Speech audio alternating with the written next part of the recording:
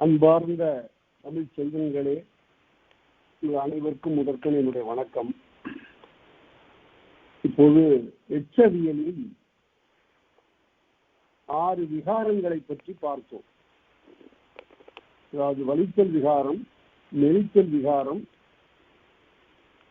விரித்தல் விகாரம், தொகுத்தல் விகாரம், நீட்டல் விகாரம், குறுக்கல் விகாரம் என்று 6 விகாரங்களை பற்றி பார்த்தோம்.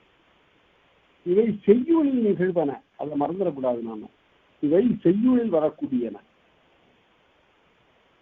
இப்போது சுடு மண் பாவை, சுத்த மண்ணினாலே செய்யப்பட்ட ஒரு பொம்மை அல்லது ஒரு சிற்பம்,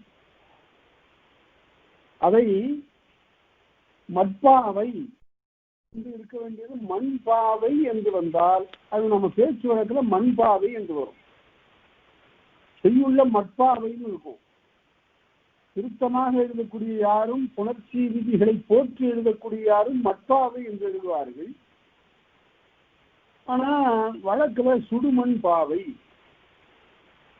என்று சொல்வார். அதே போல தன் துறை, தன் துறைவன், அது தன்னன் துறைவன் என்று வருகிற போது விரித்தல் விகாரம். மழவர் கூட்டல் ஓட்டிய என்பது மழவர் ஓட்டிய என்று வருகிற போது தொகுத்தல் விகாரம். நிழல் என்பது நீடல் என்று வருகின்ற போது அது நீட்டல் விகாரம். உண்டு அருந்து என என்று சொல்லுவது உண்டருந்தன என்று சேர்ந்து வருகிற போது அது குறுக்கல் விகாரம். நல்ல எடுத்துக்காட்டு கபிலருடைய புறநானூற்று பாடல்ல பார்க்கலாம். சிறியிலை எதிரின் நெல் விளையுமே. இந்த வெதிர்னு மூங்கில்னு பொருள். இந்த மூங்கில் ஒரு நெல் விளையும். மலை நிலத்தில் இருக்கக்கூடிய மூங்கில், மலை மூங்கிலே ஒரு நெல் விளையும்.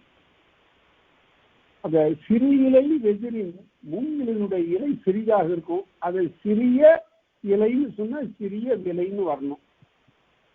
ஆனா கபிலர் என்ன சொன்னார்? சிறிய இலைன்னார். சிறிய இலைன்னா இலை சிறிதா இருக்கும்போது சொல்லின்னு கொஞ்சம் சுருக்குவன்னு சுருக்கியிருக்காரு. சிறிய விலைங்கிறது சிறிய இலைங்கிறத சிறிய இலைன்ட்டார். சிறு இலை வெதிரின், அப்புறம் நெல் விளையுமேன்னு போதும், விளையுமேன்னு அது விரித்தல் விகாரம். ஒரு அடிக்குள்ளார அப்படி 2 விகாரங்களை காட்டுகிறார் கபிலர். இந்த இடத்தில் நாம் மறந்து விடாமல் நினைத்துக் கொள்ள வேண்டிய ஒன்று, விகாரம் என்றால் இங்கு அழகற்றது என்று பொருள் இல்லை. இக்காலத்தில் தான் நாம் விகாரம் என்றால் அழகற்றது என்று கருதுகிறோம். விகாரம் என்றால் வேறுபாடு என்று பொருள். நாம் முன்பே பார்த்திருக்கிறோம். தூண்டல், தெரிதல், கெடுதல் ஆகிய 3 விகாரங்களை பற்றி பார்த்திருக்கிறோம்.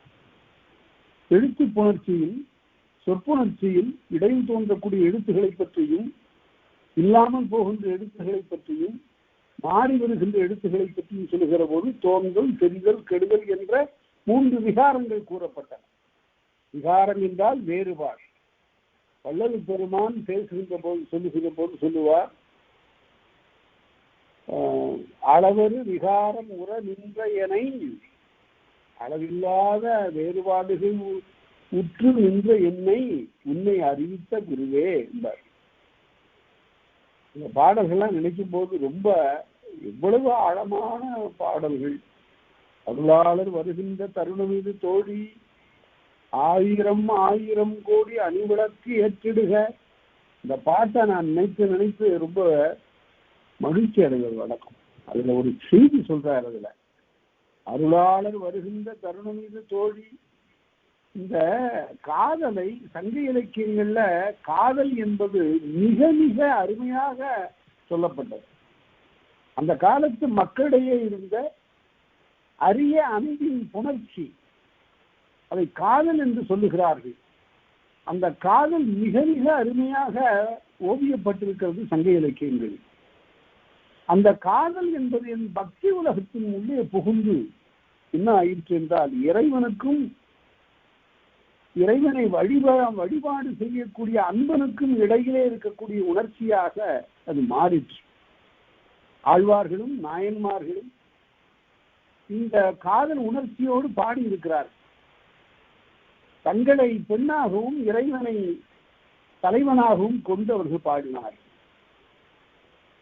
அதே போல வள்ளலாரும் பாடுகிறார், அருளாளர் வருகின்ற தருணம் இது தோழி. இது கொஞ்சம் இன்னும் அதையும் தாண்டி போயிட்டார் அவர். சமய இலக்கியங்கள் சொன்னதனுடைய மிக விரிவாகவும் இன்னும் மேலும் விளக்கமாகவும் பெருக்கமாகவும் அவர் பாடியிருக்கிறார். அருளாளர் வருகின்ற தருணம் இது தோழி, ஆயிரம் ஆயிரம் கோடி அணிவிளக்கு ஏற்றிடுக. ஆயிரம் ஆயிரம் கோடி விளக்கு ஏற்று அப்படின்னு சொல்லிட்டு சொல்றாரு.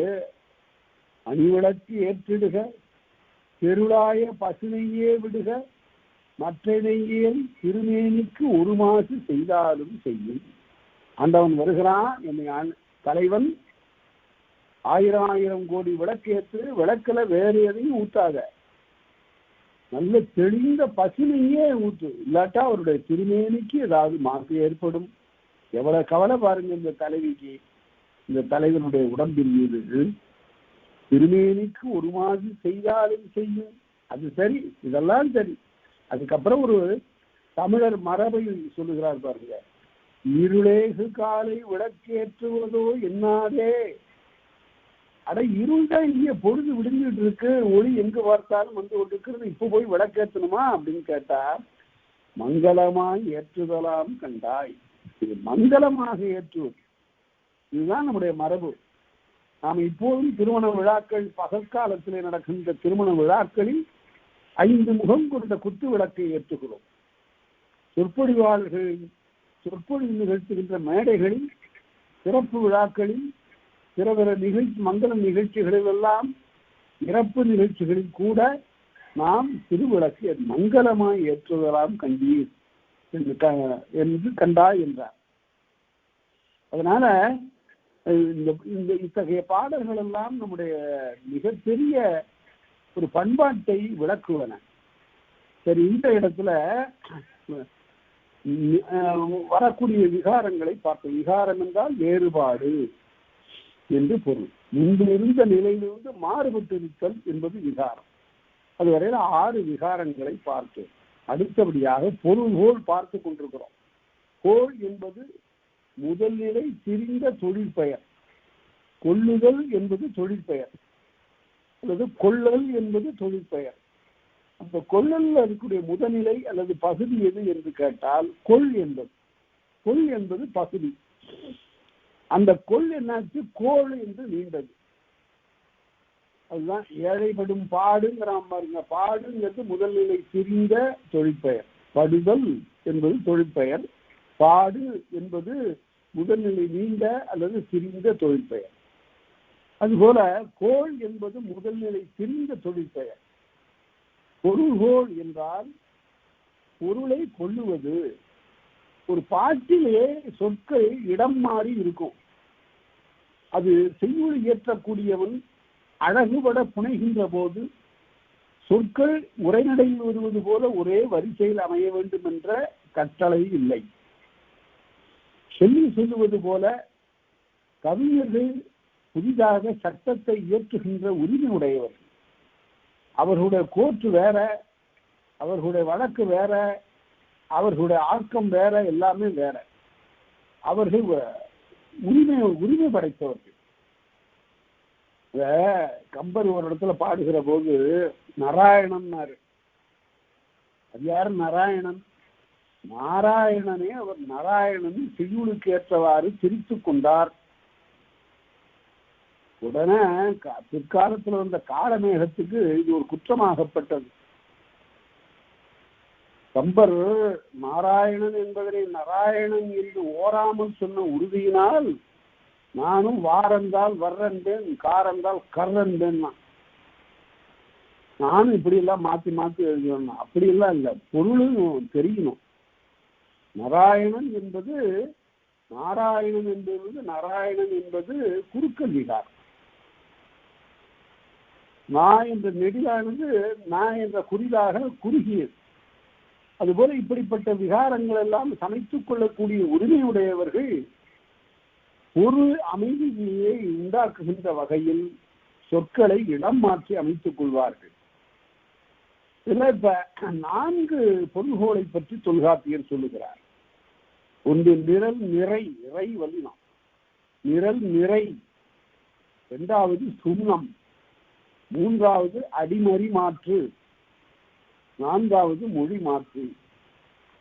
இந்த 4 பொருள்களை தவிர நன்னூலார் மேலும் 4 பொருள்களை சொல்லுகிறார் என்பதை சென்ற வகுப்பில் பார்த்தோம். அவை யாற்று நீர் பொருள்கோள். யாறு என்பதுதான் பண்டைய வடிவம், அது ஆறு என்று பின்னால் தெரிந்தது. யாடு என்பதுதான் பண்டை வடிவம், அது பின்னால் ஆடு என்று தெரிந்தது. யாமை என்பதுதான் பண்டை வடிவம், அது பின்னால் ஆமை என்று தெரிந்தது. அதனால யாழ் என்பது யாழ் என்பது பழைய வடிவம், அது ஆள் என்று தெரியல, அது அப்படியேதான் இருக்கிறது. யாற்று நீர் பொருள்கோள், நிற்பூட்டு பொருள்கோள், சாப்பிசை பொருள்கோள், அலைமறி பார்ப்பு பொருள்கோள் என்று 4 பொருள்கோளை அவர் கூட்டி பேசுகிறார் நன்னூல் ஆசிரியர்.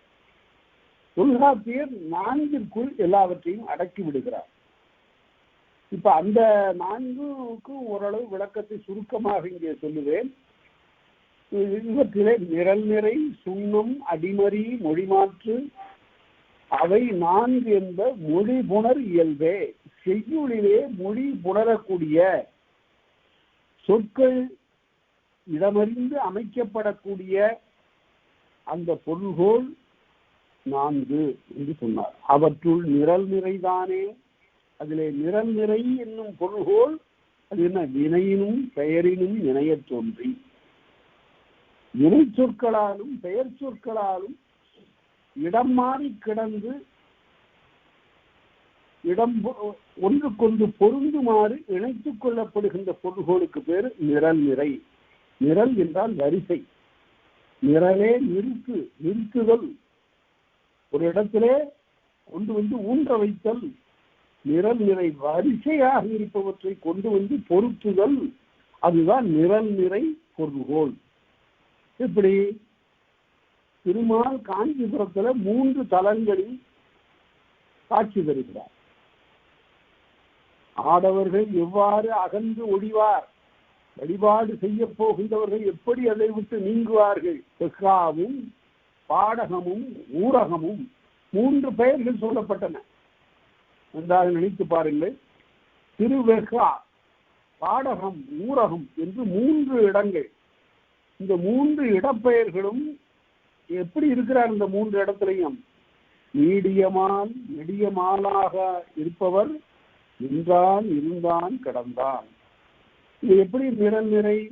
வெஹ்கா, பாடகம், ஊரகம் 3 இடங்கள், நிற்றல், இருத்தல், கிடத்தல் 3 வினைகள் வரிசையா பொருத்தணும். அதுதான் நிரல் நிறைங்கிறது. வரிசையாக பொருத்துவது.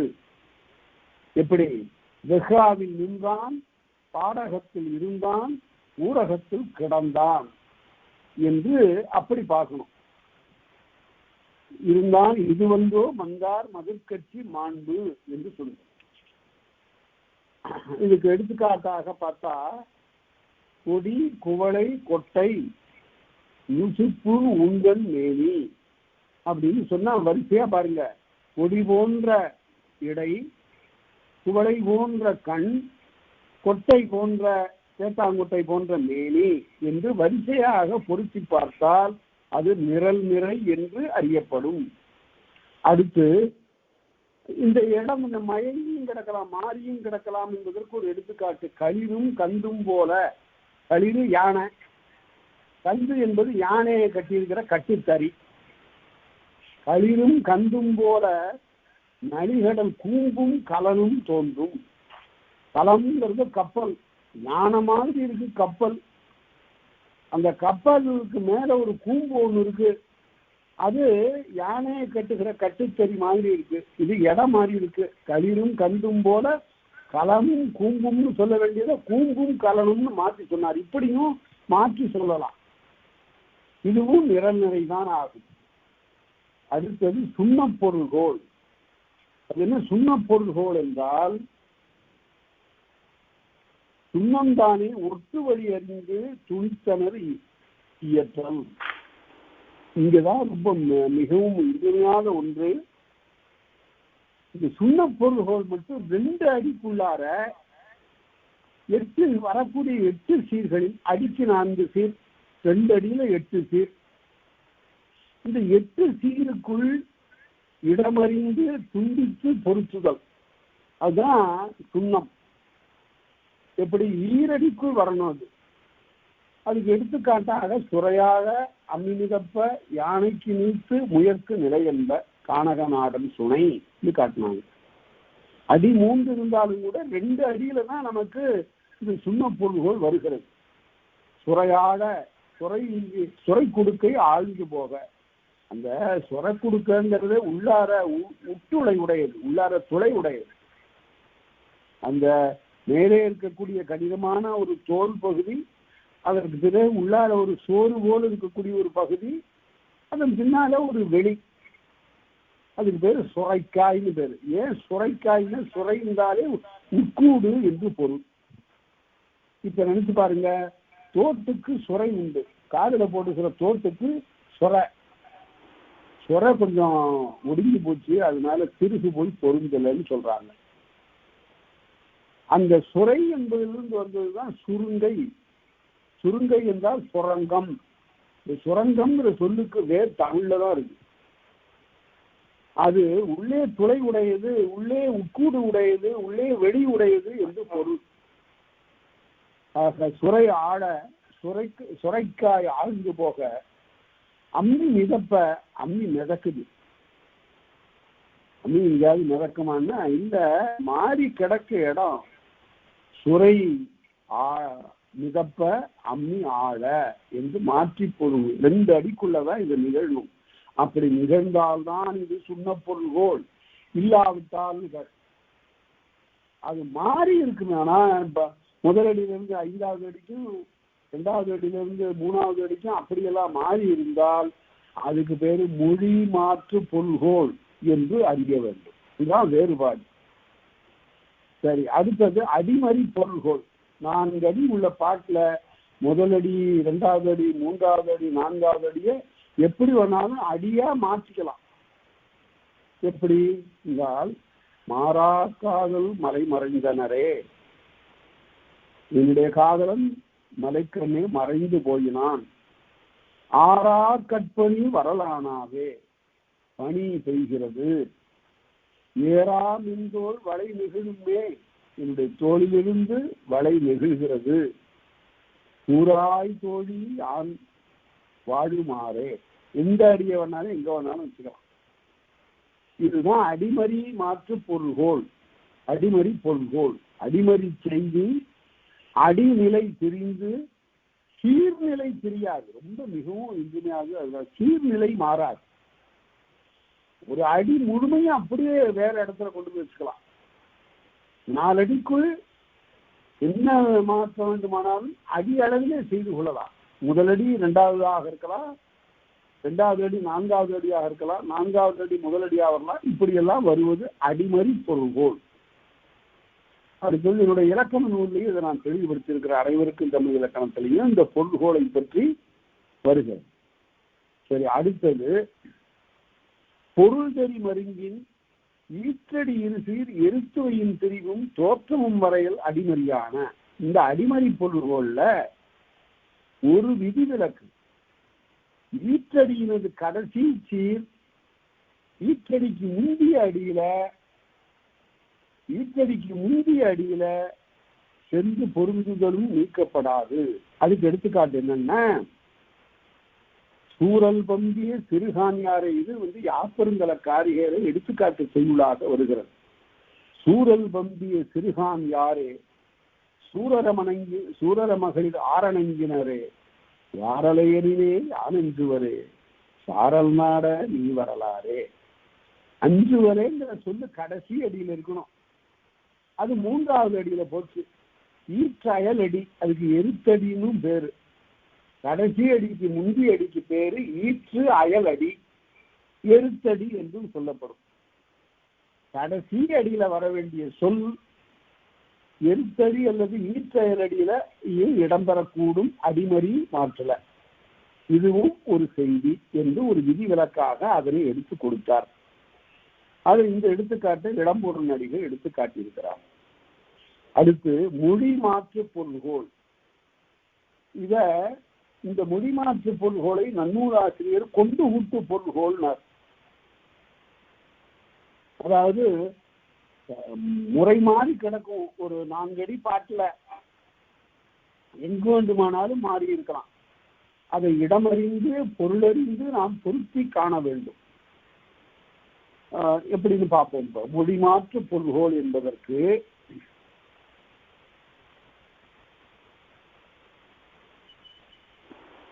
மொழிமாற்று பொருள்கோள் என்பதற்கு பார்ப்போம். மொழிமாற்று இயற்கை சொல் நிலை மாற்றி பொருள் எதிர் இயைய. சொல்லை அதற்குரிய இடத்தை விட்டு எடுத்து பொருள் பொருந்துமாறு முன்னும் பின்னும் கொள்வழி கொளால். முன்னும் பின்னுமாக கொள்ள வேண்டிய இடத்து கொள்ளுதல் தான் மொழிமாற்று பொருள்கோள். அதற்கு எடுத்துக்காட்டு, இப்ப ஒரு எடுத்துக்காட்டு அவங்க காட்டியிருக்கிறாரு. அந்த எடுத்துக்காட்டு நமக்கு மனதில் பதிவது கடினமாக இருந்தால் சில இடங்கள்ல நானே பல இடங்கள்ல இந்த பொருள்கோளுக்கும் மற்றவற்றுக்கெல்லாம் உதாரணம் வந்த வழி கண்டுகொள்கிற இடத்துல எல்லாம் நானே அதற்கு பாட்டு எழுதியிருக்கிறேன். அங்கிருந்து பாட்டு எழுதி சேர்த்திருக்கிறேன். அதே போல இப்ப நான் சொல்றேன், இந்த மொழி மாற்று பொருள்களுக்கு ஒரு எடுத்துக்காட்டு சொல்லுகிறேன். சர்க்கரை கசக்கும், சாலார் சொல்லும் தகவில் உரையே ஒக்கும். சர்க்கரை கசக்கும், சாலார் சொல்லும் தகவில் உரையே ஒக்கும். சான்றோர் அல்லாதவர்களுடைய சொற்கள் தகவில் உரையே ஒக்கும். அவர்களுடைய தகுதியல்லாத உரையே எதனை ஒக்கும்? சர்க்கரை கசக்கும் என்று மூர்க்கன் வேண்டே இனிக்கும். இப்படி முதலடியில சர்க்கரை கசக்கும், 2வது அடி கடைசியில வேம்பே இனிக்கும் அப்படின்னா மாத்திங்க. சர்க்கரை இனிக்கும், வேம்பு கசக்கும் என்று மாற்றிக்கொள்வது. இதுல எடுத்துக்காட்டாக உரையாசிரியர் காட்டிய எடுத்துக்காட்டு ஆரிய மன்னர் பறையின் எழுந்து எம். ஆரிய அரசர்களுடைய பறைகள் இருக்கின்றன. பாரி பரம்பின் மேல் தன்னுமை. பாரியினுடைய பரம்பு மலையில குளிர்ந்த அந்த தன்னுமை அது முழங்குகிறது. காரி விரல் முள்ளூர் வேங்கை வீதான் நானும் தோளாள். மலையமான் திருமுடிக்காரி அவனுடைய நாட்டுல வேங்கை வேங்கை மலர் நாரும் அது போன்ற தோளை உடையவள். நிறன் உள்ளூர் உள்ளது அலர் என்று சொல்லக்கூடிய பாட்டுல பாரி பரம்பின் மேல் இருக்கக்கூடிய தன்னுமை தானானும் தோளாள். நிறன் விரன் முள்ளூர் வேங்கை உள்ளூர் அலர் ஆரிய மன்னர் பறையின் இயம்பும்னு மாற்றிக்கணும். அதாவது அவருடைய தோல் அழகும் அவருடைய மேனியினுடைய நிறத்தழகும் சொல்லுகிற போது அவருடைய மேனி நிறம் எப்படி இருக்கும்? உள்ளூர் வேங்கை போல இருக்கும், வேங்கை மலர் போல இருக்கும். அவருடைய தோல் எப்படி இருக்கும்? அந்த தன்னுமை மாதிரி இருக்கும் என்று இவ்வாறு இடமறிந்து பொருத்திக் கொள்வதற்கு பெயர் தான் மொழி மாற்று பொருள்கோள். இப்ப இது அல்லாம இந்த 4ஐயும் நாம இப்ப பார்த்தோம். 1 நிரல் நிறை, 2 சுண்ணம், 3 அடிமறி, 4 மொழி மாற்று பொருள்கோள். இந்த 4 பொருள்கோள் அல்லாமல் நன்னூலார் சொல்லக்கூடிய 4 பொருள்கோளை நாம் பார்க்கலாம், சுருக்கமாக பார்க்கலாம். அதுல 1 யாற்று நீர் பொருள்கோள். தண்ணி ஓடுறது மாதிரி அப்படியே எந்த விதமான மாற்றமும் இல்லாமல் தொடக்கத்திலிருந்து கடைசி வரையில வரிசையாகவே இருப்பது யாற்று நீர் பொருள்கோள். நல்ல அருமையான ஒரு பாட்டை எடுத்து காட்டினாங்க. இந்த பாட்டு சீரக சிந்தாமணியில இருக்கு. அங்க சொல்லரும் சூர்பசும் பாம்பின் தோற்றம் போல் இந்த பாட்டை எல்லாரும் விட்டு பண்ணிக்கணும். என்ன இந்த பாட்டு இருக்கிற உவமை இருக்கு பாருங்க. இந்த உவமையில ஒரு சிறப்பு இருக்கிறது. என்ன சிறப்பு? சொல்லரும் சூர்பசும் பாம்பின் தோற்றம் போல். பச்சை பாம்பு மாதிரி இந்த நெற்பயிர் என்னாச்சு, அப்படி பச்சை பசேர்னு இருக்கு. நல்ல நெற்பயிரை பார்த்தீங்கன்னா தெரியும், விளைகின்ற காலத்துல என்ன கதிர் முற்றி அப்படி மணி மேல வர்றதுக்கு முன்னால பாத்தீங்கன்னா பச்சை பாம்பு மாதிரியே இருக்கும். தலை நிமிர்ந்து நிற்கக்கூடிய பச்சை பாம்பு போல இருக்கும். சொல்லரும் சூர்பசும், அதுவும் சூழ் கொண்ட பச்சை பாம்பு. சொல்லரும் சூர்பசும் பாம்பின் தோற்றம் போல் மெல்லவே கருவிருந்து, மெல்ல கருக்கொண்டு மேலார் செல்வமே போல் தலை நிறுவ. இந்த மோசமான ஆளுங்க, பண்பில்லாதவர்களுடைய செல்வம் அது போல தலை நிமிர்ந்து செருக்கோட நிற்கும். கடைசியில செல்வமே போல் தலை நிமிர்ந்து கல்விசேர் மாந்தரின் இறங்கி காய்த்தது. நல்ல கற்றவர்கள் எப்படி தலை வணங்கி இருப்பார்களோ, அடக்கமா இருப்பாங்களோ, அதுபோல நெற்கதிர்கள் தலை வணங்கி நின்றன என்று சொல்லுகிறார் சிந்தாமணியில. அதாவது நெற்கதிர்களுக்கே தான் ஓமை. அது எப்படி இருக்கு? அது நின்றிருப்பது பச்சை பாம்பு மாதிரி இருக்கு. அது நிமிர்ந்திருப்பது தகுதி இல்லாதவரிடத்தில் இருக்கக்கூடிய செல்வம் போல அது நிமிர்ந்து இருக்கிறது. அதற்கு பிறகு அது வணங்கி இருப்பது, காய்த்து வணங்கி இருப்பது எப்படி இருக்கிறது என்றால் கல்விசேர் மாந்தரின் இறங்கி காய்த்தது. நல்ல கல்வி நிறைந்த மாந்தர்களைப் போல அடக்கத்தோடு வளைந்து குடிந்து நின்றது என்று சொல்லுகிறார். இது யாத்திரையின் பொருள்கோள். இதுல எங்கேயும் எந்த சொல்லையும் மாற்ற வேண்டியதில்லை. இதுக்கு பேர் யாத்திரையின் பொருள்கோள். இரண்டாவது பூட்டுவில் பொருள்கோள். பூட்டை எடுத்து நம்ம பூட்டுகிற போது அந்த கொண்டு இருக்குது, அதை கொண்டு வந்து அந்த தொலைக்குள்ளார இணைக்கிறோம். அது போல முதலும் இறுதியுமாக இணைக்கப்படுவதற்கு பேரு பூட்டுவில் பொருள்கோள். இது நன்னூலார் காட்டுவது. எப்படி? பிறந்திடமின் தீயவை பிற்காண்டும், இது முத்துள்ளாயிரம் செய்யும்.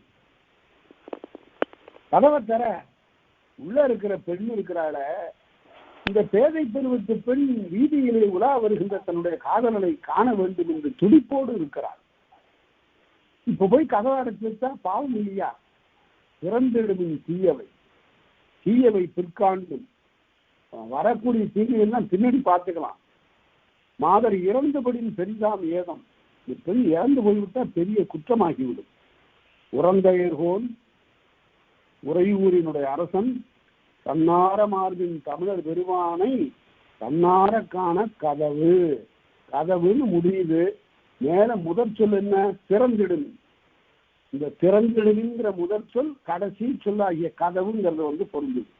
திறந்திடுவின் கதவு என்று முத்தொள்ளாயிரம் செய்திகளால் ரொம்ப சுவையானது.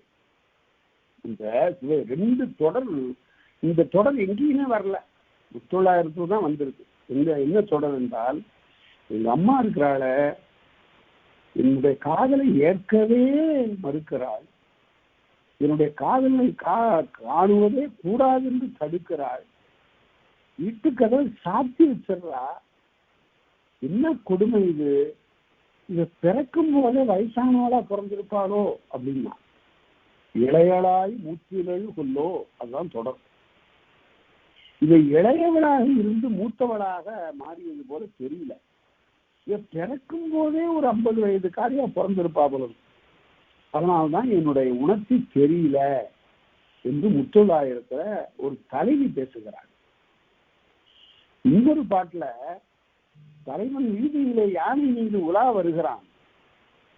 அப்ப இந்த தலைவி சொல்லி அந்த யானையை பார்த்து சொல்றா, யானையே நீ பெண் யானைங்கிறத மனசுல வச்சுக்க, ஆண் யானைன்னு வேகமா போகலாம், நீ பெண் யானை, அதனால உனக்கு ஏற்ற அந்த மடப்பத்தோடு மெதுவா நடந்து போ, அப்பதான் நான் என் வீட்டுல இருந்து நிதானமா என்னுடைய தலைவனை பார்க்கலாம், இல்லாட்டி உன்னுடைய பெண்மையை நான் ஐயப்படுவேன்.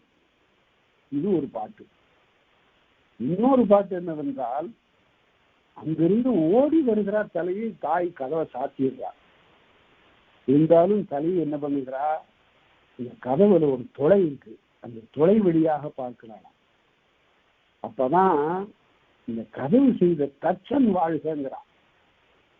இந்த வீட்டுல இப்படி ஒரு பெண் வருவா, அவ இவ்வளவு உயரம் இருப்பா, அப்ப வீதியில காதலன் வருவான், அவனை பார்ப்பதற்கு தாய் தடை செய்வாள். அப்ப இந்த கதவுல அவ முட்டி கொள்ளுகிற போது இந்த இடத்துல ஒரு துளை செய்து வச்சா அவ பார்த்துப்பாள்னு தெரிந்து இந்த தச்சன் இந்த துளையை செய்திருக்கிறான்.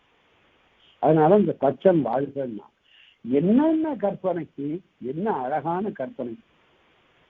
காதல் துறையில் அகப்பொருளில் தமிழர்கள் செய்த கற்பனை போல வேறு எந்த நூலிலும் வேறு எந்த இலக்கியத்திலும் செய்யப்படவில்லை. அவ்வளவு நுணுக்கமாக நாகரிகமாக பண்பாட்டு எல்லைகளை தாண்டாமல் மிக அழகாக செய்யப்பட்ட கற்பனை, மன உணர்ச்சி. மிகப்பெரிய உளவியல் வல்லுநர்களால் இதனை பற்றி ஆராய வேண்டும். அதற்கு தக்கவாறு அமைந்திருந்த அகப்பொருள் பாடல், சங்க அகப்பொருள் பாடல்களாகட்டும் அல்லது புத்தொள்ளாயிரம் போன்ற பின்னை நூல்களில் வந்த அகப்பொருளாகட்டும் அவ்வளவு எல்லாருக்கும் ஒரு ஈர்ப்பு உடையனவாக இருக்கின்றன. இதுதான் பூட்டுவில் பொருள்கோள். அடுத்தது தாப்பிசை பொருள்கோள் என்பது இந்த தாய்ப்பால் போடுகிற போது உள்ளது.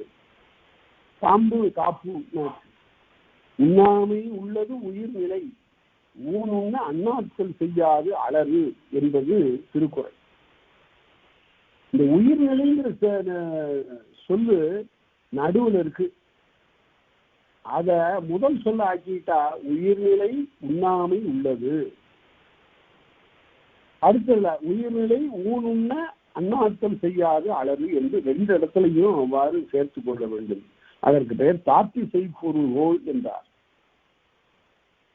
அடுத்தது அலைமறி பாப்பு பொருள்கோள். இந்த பாம்பு இருக்குத, இதுக்கு ஒரு பழக்கம். சரசரன்னு போய் புத்துல இறங்கிச்சுன்னா பின்னாடியே போய் வாழை பிடிச்சிக்கலான்னு போக முடியாது. அது தலையை மேல வச்சுக்கிட்டு வாழை மெல்ல கொஞ்சம் கொஞ்சமா உள்ளார இழுத்துக்கும். பொந்துல கைவிட்டா முதல்ல என்ன கிடைக்கும்னா தலை தான் இருக்கும், உடனே தீண்டி விடும். அது பாம்பு பிடிக்கிறவனுக்கு தெரியும்.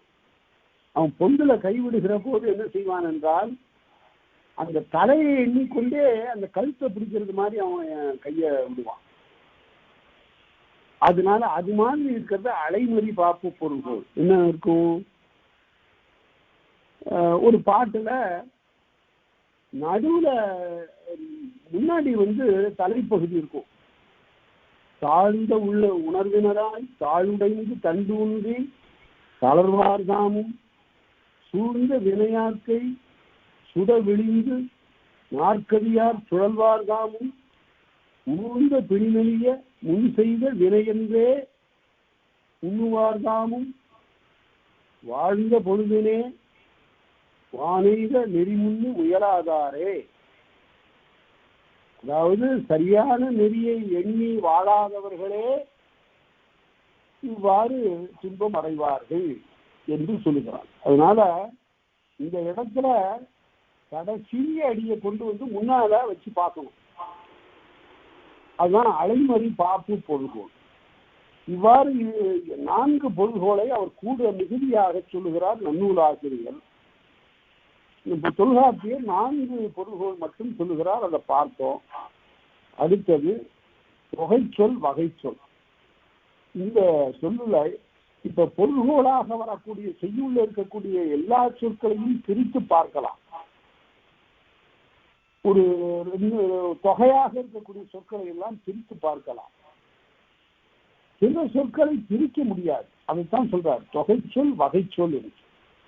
தொகையாகவே இருக்கக்கூடிய சொல், வகைப்படுத்தி பிரித்து பார்க்கக்கூடிய சொல் என்று 2 வகைப்படுத்தி பார்க்கிறார். எப்படி தமர்னு ஒரு சொல் இருக்குன்னு வச்சுங்க, அதை பிரிக்கலாம். தம் கூட்டல் அர். அர் என்பது பலர்பால் விகுதி. தம் என்பது தமது, தம்முடைய. தமர் என்றால் தம்முடைய உறவினர் என்று பொருள். வெப்பங்கிறத பிரிக்கலாம். வெப்பு கூட்டல் அன்னு. வெப்புன்னா மலை. பிரித்தா அந்த வெப்புங்கிறது பொருள் தருகிறது. அன்னுங்கிறது ஆண்பால் விகுதி. இது இப்போது பொருள் தரும். இப்போது இதை பாருங்க, எதை பிரிக்க முடியாது என்றால் தா நா நூ ஏ. வெப்பங்கிறத பிரிக்கலாம், தமருங்கிறத பிரித்தாலும் அது பொருள் தராது. எப்படி வெப்பம் என்றால் இப்போதும் கூட அது பிரித்தா பொருள் தரும், வெப்பு என்று. தமருங்கிறதுல தம் அருன்னு பிரிக்கலாம், ஆனா அந்த தம்ங்கிறது உறவினர்ங்கிற பொருளை தராது. வெப்பங்கிறதுல பிரித்தா வெப்புங்கிறது மலைங்கிற பொருளை தரும். அதுபோல 4 எழுத்துக்களை முதலாக உடைய சொற்கள் தா நா நூ ஏ. தமருங்கிற சொல்ல பிரிக்கலாம், ஆனால் பொருள் தராது. நமருங்கிற சொல்லையும் பிரிக்கலாம், ஆனால் பொருள் தராது. நமர்னா நம்முடையவர், நம்மர்ன்னு பிரிக்கலாமன்னா நம்மங்கிறதுக்கு நமர்ங்கிற பொருள் இல்லை, அதுதான் முக்கியம். நுங்கிறது நுமர், அங்கேயும் பிரிக்கலாம், ஆனா பொருள் தராது. யமர், தமர், நமர், நுமர், யமர் என்ற முறைப்பெயர்கள் எல்லாம் பிரிக்க முடிந்தாலும் கூட அவை முழு பொருளை தருவன அல்ல. அதே போல தொகை சொற்களாக இருந்தா சில சொற்களை பிரிக்க முடியும், எல்லா சொற்களையும் பிரிக்கலாம். இப்ப காலையில கூட கேட்டாங்க, அது மாதிரி குயவர், வேட்கோவர் இருக்கு. வேட்கோவர்ங்கிறது ஒரு தொகை சொல். வேள் கூட்டல் குயவர், வேள் கூட்டல் கோவர், வேட்கோவர் ஆகும். வேள் கூட்டல் கோவர்ங்கிறது வேட்கோவர்னு ஆகும். இந்த வேள் என்பதற்கு மண் என்று பொருள். கோவர் என்றால் குயவர் என்பது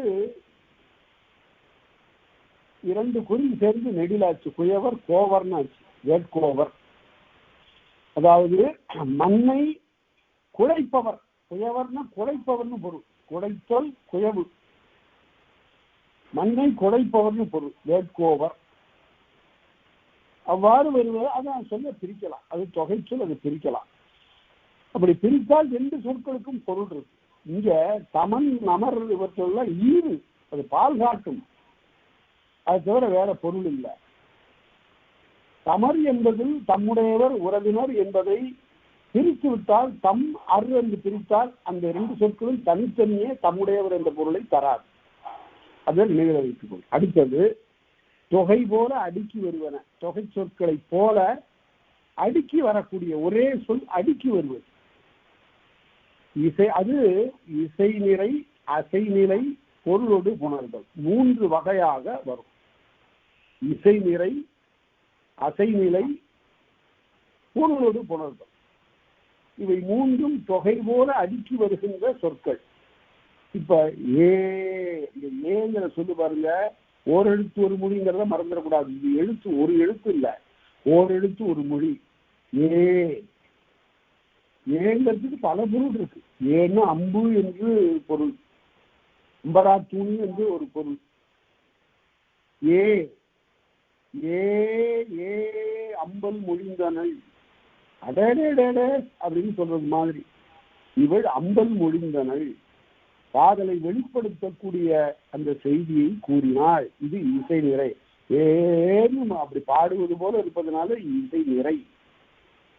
அடுத்தது அன்றே அன்றே, அகிலன்றே அகிலன்றே அப்படின்னு சொல்லுகிற போது அடுக்கி வருகிறது, இது அசை நிலை. இந்த இடத்துல அந்த சொல்லுக்கு பொருள் இல்லை. அடுத்தது பொருளோடு புணர்தல், அது மூன்று பொருள்ல வரும். இந்த பொருளோடு புணர்தல் மட்டும் மூன்று பொருள்ல வரும். பாம்பு பாம்பு அப்படின்னு சொல்லுகிற போது இந்த அடுக்கு தொடர் விரைவு பற்றி வந்தது. மாதிரி பாம்பு வந்து வருகிற போது இன்னொருத்தன் பாக்குறான், உனக்கு பின்னால பாம்பு பா அப்படின்னு அவ்வளவெல்லாம் சொல்றதுக்கு முடியல, பாம்பு பாம்புன்னு சொல்றான். அந்த இடத்துல அவன் இலக்கணமா பேசணும்னு யாரும் எதிர்பார்க்க முடியாது. ஐயா, தங்களின் பின்னால் ஒரு பாம்பு ஒன்று வந்து கொண்டிருக்கிறதுன்னு யாரும் சொல்ல மாட்டான். பாம்பு பாம்புன்னு விரைவு பற்றி வந்த இது பொருளோடு புணர்தல். இரண்டாவது வைதேன் வைதேன், ஆமா ஐயா திட்டுனான் திட்டுனான் சொல்றான், அது துணிவு பற்றி வந்த பொருளோடு புணர்தல், துணிவு சொல்றான். அடுத்தது நீங்க தாங்க பார்த்து செய்யணும் அப்படின்னு போய்யா போய்யா அப்படின்னா அது உடன்பாடு குறித்தது. போம் போம் என்று அடுக்கி வருவது போய்யா பார்த்துக்கலாம் என்று சொல்லுவது போல அது உடன்பாடு குறித்தது. இவ்வாறு மூன்று பொருண்மைகளில் இந்த பொருளோடு புணர்தல் வரும் என்று பார்த்தோம். அடுத்தது தொகை மொழிகள். மேல இப்ப நாம பார்த்தது தொகை போல அடுக்கி வருவன. ஒரு சொல்லே இவ்வாறு அடுக்கி வருவது, தொகை போல வருவது. அடுத்தது தொகை மொழிகள். ஏற்று அதுதான் ரொம்ப இனிமையான ஒரு பகுதி. எல்லா இலக்கண புத்தகத்திலையும் எழுதியிருப்பாங்க. இருந்தாலும் சில தெளிவுகள் இதுல நமக்கு வேண்டும். முதல்ல மொத்தம் 6 தொகைகள் இருக்கின்றன. முதல்ல 5 தொகைகளை சொல்லுவார், பிறகு இறுதியாக அன்மொழி தொகை சொல்லுவார். வேற்றுமை தொகையே இதுதான் இலக்கணத்தினுடைய அடிப்படை. நம்முடைய தமிழ் இலக்கணம் பல சமயங்களில் கற்கப்படாமல் போனதற்கு என்ன காரணம் என்றால் இந்த தொகை மொழிகளை கல்லாமல் போனதுதான். இந்த இடத்தை படிக்கின்றவர்கள் எல்லாரும் நன்றாக ஊன்றி நோக்கி எடுத்துக்காட்டுகளை பார்த்து தெரிந்து கொள்ள வேண்டும். வேற்றுமை தொகையே, மறுபடியும் நான் சொல்லுகிறேன், வேற்றுமை தொகை என்பது வேறு, வேற்றுமை விரி என்பது வேறு. மரம் வெட்டினான் என்று சொல்லுகிற போது அது வேற்றுமை தொகை. மரத்தை வெட்டினான் என்று சொன்னால் வேற்றுமை விரி. என் சட்டை என்று சொல்லுகிற போது வேற்றுமை தொகை. எனது சட்டை என்று சொல்லுகிற போது வேற்றுமை விரி. உருவு வெளிப்பட்டிருக்குமானால் அதுக்கு பெயர் வேற்றுமை விரி. அதை நினைவில் வைத்துக் கொண்டு பார்க்க வேண்டும். இப்ப வேற்றுமை தொகையே, ஊமத் தொகையே, வினையின் தொகையே, பண்பின் தொகையே, உண்மை தொகையே, அன்மொழி தொகை என்று அவ்வாறென்ற தொகை முடிநிலையே 6 தொகைகள் இருக்கின்றன. இதுல இந்த அன்மொழிங்கிறதுக்கு என்ன பொருள்? வேற்றுமை தொகைங்கிறது தெரியுது, பொருள் வேறுபடுத்தக்கூடிய தொகை. அது என்ன? ஏன் பொருள் வேறுபடுத்துவதுன்னா எதுல இருந்து எது வேறுபடுத்துவது? ராமன் வந்தான்ங்கிறதுல ராமன் வந்தான்ங்கிறது எழுவாய் வேற்றுமை. ராமன்கிறது தனியா சொன்ன பெயர் சொல், அது எழுவாய் இல்லை. ராமன் வந்தான்னு சொன்னாதான் எழுவாய். அது தொடர்ல வருகிற போது எழுவாய். ராமன் வந்தான்ங்கிறது வந்தான் விரைமுற்று பயனிலை, எழுவாய் பயனிலை. அப்பதான் தொடர்ல வருகிற போதுதான் எழுவாய் பயனிலை. தொடர்ல வராவிட்டால் ராமன் தனியா இருந்தா பெயர் சொல். வந்தான்ங்கிறது விரைமுற்று அல்லது அத பயனிலைன்னு சொல்றது இல்லை. வாக்கியத்துல வந்தாதான் அது பயனிலை. ஈகோ சூரியநாராயண சாஸ்திரியார் என்ற பரிதிமார்க்கறிஞர் சொல்லுவார். அவரோட வரலாற்றுல சொல்லுவாங்க, ஒரு மாணவனை பார்த்து ஒரு கேள்வி கேட்கிறார். அவர் எழுந்திருக்கிறார்.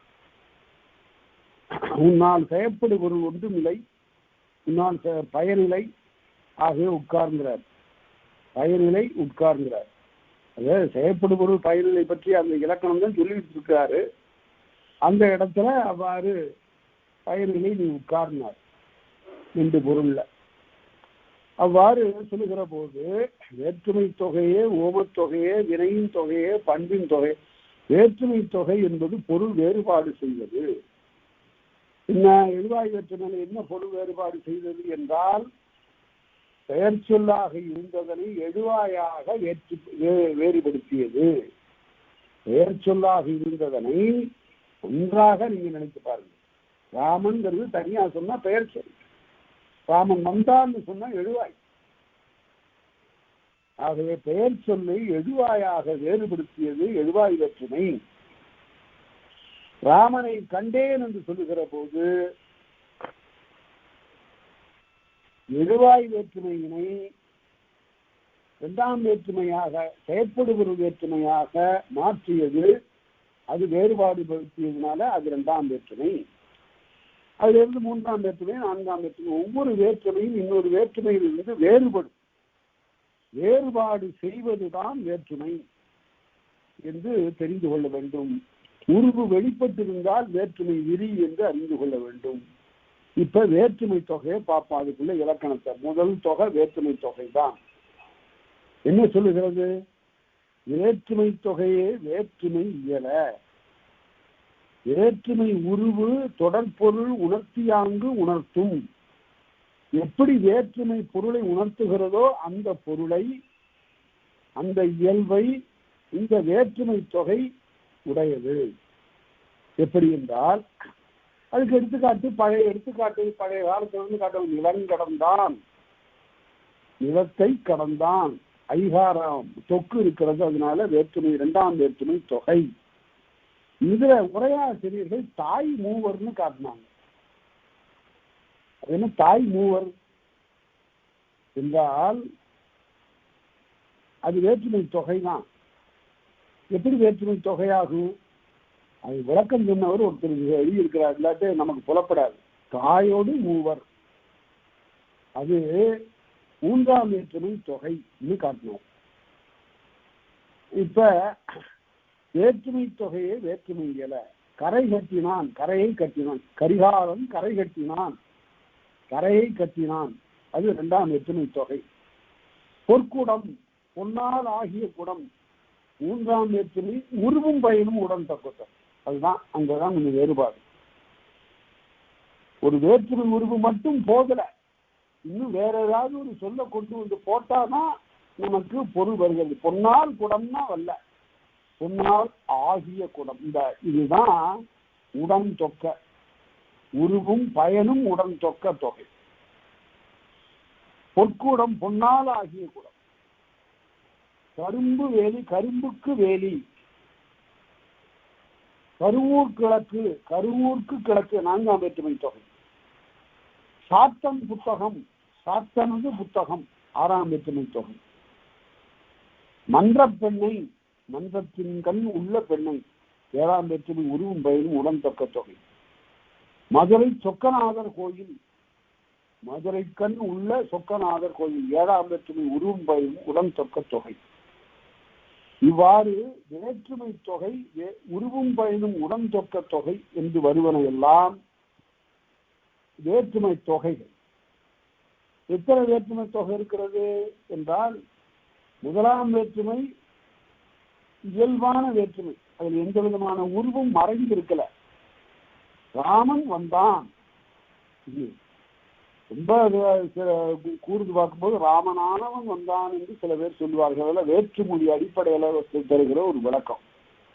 ராமனான அந்த சோ கால்டு, ராமனானவன் வந்தான், இந்த பெண்ணானவள் பேசினாள். ஆனவள்ங்கிறதுக்கு அந்த அந்த பொருள் அங்க இல்லை. பெண்ணானவள்னா பெண் ஏற்கனவே வேற இருந்தான்னு பொருள், அப்படி இல்லை. அது எழுவாய் வேற்றுமையினுடைய சொல்லுருவு. அதனால முதல் வேற்றுமையும் இறுதி வேற்றுமைக்கும் தனியாக உருவு இல்லை. ராமா வா என்று சொல்லுகிற போது நடுவில் உருவு மறைந்திருக்கவில்லை. அதனால முதல் வேற்றுமைக்கும் இறுதி வேற்றுமைக்கும் உருவு இல்லை. இரண்டாம் வேற்றுமை, மூன்றாம் வேற்றுமை, நான்காம் வேற்றுமை, ஐந்தாம் வேற்றுமை, ஆறாம் வேற்றுமை, ஏழாம் வேற்றுமை, இந்த 6 வேற்றுமைகளுக்கு மட்டும் உருவுகள் இருக்கின்றன. இவை உருவுகள் தொக்க நிலையில் தொகையாக வரும். உருவுகளோடு பிற சொற்களும் தொக்க நிலையில் உருவும் பயனும் உடன் தொக்க தொகையாக வரும். அதை நினைவில் வைத்துக் கொள்ளுங்கள். அடுத்தது உவமத்தொகை. ஒரு சொல்ல என்ன வேற்றுமைன்னு கண்டுபிடிக்கிறதுக்கு ஒரு தொகையை விரித்து பார்க்கணும்.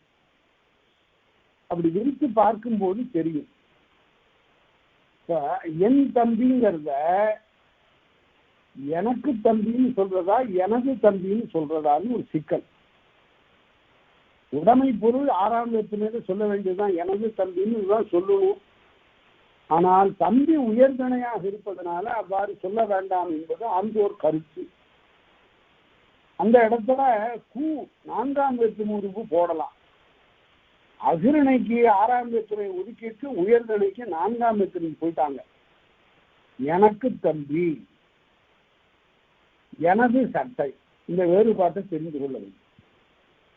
அவ்வாறு காட்டினார்கள். சில பேர் அப்படியெல்லாம் இந்த மாதிரி பாகுபாடு செய்வது சரியில்லை என்று மொழியியல் ஆசிரியர்கள் சொல்லுவார். எனது ஆசான் என்று அவர்கள் எழுதுவார். அது ஏன் இப்படி வந்ததுன்னா, இந்த அதுங்கிறத ஒரு வினைமுற்று போல கருதினார்கள். அது வினைமுற்றா வரும். சட்டை எனதுன்னு சொல்லுகிற போது அது குறிப்பு வினைமுற்றா வரும். அதனால அது அகிரணியின் பார்ப்பட்டது என்பதனால அவ்வாறு சொன்னார்கள். ஒரு கருத்தப்பாடு நின்றுகிறது. அதனால எனக்கு தம்பி, எனது சட்டை, இந்த வேறுபாட்டை தெரிந்து கொள்ளுங்கள். அடுத்தது உவமத்தொகை. உவமை என்பது ஒப்புன்னு எழுதுவார் இளம்பூர்ணர். அது என்ன உவமை? 2 காரணம் பற்றி ஒரு உவமை என்பது. ஒன்று அழகுக்காக சொல்லுவது, இன்னொன்று அறியாத பொருளை காட்டுவதற்காக சொல்லுவது. மதிமுகம் அப்படின்னு சொன்னா அது அழகுக்காக சொல்லுவது. ரெண்டும் தெரியும் எல்லாருக்கும், நிலாவும் தெரியும், முகமும் தெரியும். முகம் எப்படி இருந்ததுன்னா மதிமுகம். ஓஹோ அப்படியா அப்படின்னா முகம் தெரியாதவன் தான் நீங்க கேட்கணும். மதியும் தெரியும், முகமும் தெரியும். முகத்துக்கெல்லாம் ஒரு ஓமை சொல்லி விளக்க வேண்டியதில்லை. ஒரு பெண்ணின் முகம் அழகான முகம் என்பதனை ஒரு ஓமை சொல்லி விளக்க வேண்டியதில்லை. ஆனால் சொன்னால் அது அழகுக்காக சொன்னது. அதுதான் இளம்பூர்ணம் சொல்லுவார், தாமரை போல் வாழ்முகத்து தையலீர் என்பது அழகுக்காக கூறியது. தாமரை போல் முகம். சரி, அதே போல அறியாத பொருளை அறிவித்தற்காக சொல்லுவது ஒரு ஓமை. அதுக்கு இளம்பூர்ணம் சொல்லுவார், ஆபோலும் ஆமா. இந்த பசு இருக்குற நம்முடைய வீட்டு பசு மாதிரி இருக்கக்கூடிய காட்டு பசு. காட்டு பசு எல்லாருக்கும் தெரியாது. வீட்டில் இருக்கிற பசுவை காட்டி இது போலத்தான் யாருன உடனே ஓஹோ அப்படியா. அதனால ஓமை ரெண்டு காரணம் பற்றி வரும். ஓமத்தொகையே ஓமையல. ஓமை எப்படி பொருள் உணர்த்துவதற்காக வருகிறதோ அது போல வரும். ஓம உருவு தொடர்பொருள் போல பொருள் காட்டும். மயில் மாதர் ஓம, இதுதான் ஓமத்தொகை. மயில் போன்ற மாதர். இந்த சாயலுக்கு மயிலை ஓமையாக சொல்லுவது வழக்கம். மயில் என்ன மாதர்னா அது ஓம விரி. மயில் மாதர் என்றால் ஓமத்தொகை. கிளி பேச்சு அப்படின்னா அது ஒரு ஓமத்தொகை. கிளி போன்ற பேச்சு. அதனால கிளி போன்ற பேச்சுன்னு சொல்லிட்டீங்கன்னா அது ஓம விரி. சரி, அதே போல மழை கை அப்படின்னு சொன்னா மழை போல பயன் விளைக்கக்கூடிய வல்லமையுடைய கை. மழையை ஒக்கும் கை. பேராசிரியர் இந்த பகுதிக்கு எழுதுகின்ற உரை மிக மிக சிறந்த. அவர் சொல்லுவார், துடியடை அப்படிங்கிறதுக்கு ஒரு விளக்கம் எழுதுவார். மாறி வன்கை, மாறி வன்கைங்கிறதுக்கு எழுதுவார். மாறியார் பெறப்படும் பொருளும் வன்கையார் பெறப்படும் பொருளும் பயனும் ஒன்று ஆதலின் அவ்வாறு கூறினார்னு எழுதுவார். அதனால மழையை ஒக்கும் வன்கை என்று எழுதுவார். இதுதான் ஓமத்தொகை. ஒன்றிற்கு இதற்கு இது ஓமையாக சொல்லப்படும். அடுத்தது வினைத்தொகை. இதை கொஞ்சம் நன்றாக ஊன்றி பார்க்க வேண்டும். இதுலயும் ரெண்டு சொற்கள் இருக்கின்றன. இந்த வேற்றுமை தொகையில பார்த்தீங்கன்னா ரெண்டு சொற்கள் இருக்கின்றன. ரெண்டு சொற்கள்ல ரெண்டும் பெயர் சொல்லாகவும் இருக்கும். தம்பி சட்டைங்கிறது மாதிரி ரெண்டும் பெயர் சொல்லான. அதே போல மரம் வெட்டினாங்கிறதுல ஒன்று பெயர் சொல்லாகவும் ஒன்று விரை சொல்லாகவும் இருக்கும். வேற்றுமை தொகையில அப்படி இருக்கும். ஓமத்தொகையில ரெண்டும் பெயராக இருக்கும். மதிமுகம், தாமரை முகம் ரெண்டும் பெயர் சொல்லா இருக்கும். வினை தொகையில ரெண்டு சொற்கள் இருக்கும். அந்த ரெண்டு சொற்கள்ல பின்னால வருகிற சொல் பெயர் சொல்லா இருக்கும். முன்னால வருகிற சொல் எச்ச சொல்லா இருக்கும். எச்ச சொல்லா இருக்கும். என்ன எச்சம் என்றால் பெயரெச்சமா இருக்கும். ஏன்னா எப்ப பெயர் சொல்லா இருந்ததோ பெயர் சொல்லை போய் தழுவி பொருள் முடியாமல் இருக்கக்கூடிய சொல் பெயரச்ச சொல். பெயரச்சம். பெயரச்சம். இப்ப பாருங்க, புலர்காலை. காலைங்கிறது பெயர் சொல். புலர்காலை. புலர்ங்கிறது பெயரச்சம். அது புலர்கின்றங்கிறதுல இருந்து அதனுடைய முதல்நிலை அது புலர்ங்கிறது. புலர்காலை. அதே போல பெரும்பாலும் எல்லாரும் காட்டக்கூடிய ஒரு எடுத்துக்காட்டு ஊறுகாய். ஊறுகின்ற. இது காலத்தை காட்டவில்லை. அதுதான் நன்னூலார் சொன்னார், காலம் கறந்த பெயரச்சம். இது பெயரச்சம் தான். காலத்தை காட்டாத பெயரச்சம், ஒழித்து வைத்துக் கொண்டிருக்கக்கூடிய பெயரச்சம். இணைத்தொகையில் வருகின்ற பெயரச்சம் காலம் காட்டாது. அதுபோல பாய் புனல். புனல்னா தண்ணீர். பாய் புனல் பாய்கின்ற, பாய்ந்த, பாயும். எந்த காலத்தையும் அது காட்டல. 3 காலத்துக்கும் நாம பொருத்திக் கொள்ளலாம். அவ்வாறு வருவது வினைத்தொகை என்று சொல்லப்படும். ஒளிர்மணிங்கிறது வினைத்தொகை. வேறுபாட்டை பாருங்க. ஒளிர்மணிங்கிறது வினைத்தொகை. ஏதோ ஒளிர்கின்ற, ஒளிர்ந்த, ஒளிரும் வினைத்தொகை. ஆனா ஒளிமணின்னு சொல்லிட்டா அது வினைத்தொகை இல்லை. அது என்ன தொகை? ஒளியை உடைய மணி. 2ஆம் இடத்தில் உரும் பயனும் உடன் தொக்க தொகை. இதுதான் நுட்பம். ஒரு எழுத்து வந்தா இலக்கணம் மாறி போகுது பாருங்க. ஒளிமணி என்றால் வேற்றுமை தொகை, ஒளிர்மணி என்றால் அது வினைத்தொகை. சரி, அடுத்தது புலர்காலை. அடுத்தது பண்பு தொகை. எல்லாருக்கும் தெரிஞ்சதுதான். ஒரு வண்ணப்பண்போ வடிவப்பண்போ அளவு குறித்தோ சுவை குறித்தோ வரக்கூடிய பண்புகள் எல்லாம் கொண்டது பண்பு தொகை. வண்ணத்தின் வடிவின் அளவின் சுவையும் என்று அன்ன பிறவும் இவையும் இவை போன்றன பிறவும் அதன் குணம் முதலி அதனுடைய குணத்தை எடுத்து சொல்லி இன்னது இதுவென வரும் இயற்கை, இது இப்படிப்பட்டது என்று வருவது பண்பு தொகையாகும். இப்ப எவ்வளவோ எடுத்துக்காட்டுகள் சொல்லலாம், எளிதாகவும் சொல்லிவிடலாம். யாரா இருந்தாலும் செந்தாமரைன்னு காட்டிடுவாங்க. செம்மை தாமரை அது வண்ணம் பற்றிய பண்பு தொகை, செந்தாமரை என்று. வண்ணம் வடிவத்துக்கு ஏதாவது ஒன்று சொல்லி பாருங்களேன். வட்டப்பலகை, வட்டமான, இந்த ஆனங்கிறது நடுவுல வரும், ஆன ஆகிய, வட்டமான வட்டமாகிய பலகை, செம்மையாகிய தாமரை. வட்டப்பலகை வடிவம் பற்றி. அப்புறம் அளவு பற்றி, பேரூர் பெரிய பெருமை ஊர், பேரூர்ங்கிறது அளவு பற்றி வந்தது. சுவை, சுவைக்கிறது பாருங்க, இன்சொல்னு காட்டினாங்க, ரொம்ப அருமையான எடுத்துக்காட்டு. இனியது, இனிமை என்பது ஒரு சுவை, இன்சொல். தீங்கரும்பு, தீன் என்பது இனிப்பு, தீங்கரும்பு. இவ்வாறு வருவன எல்லாம் பண்பு தொகைகள்.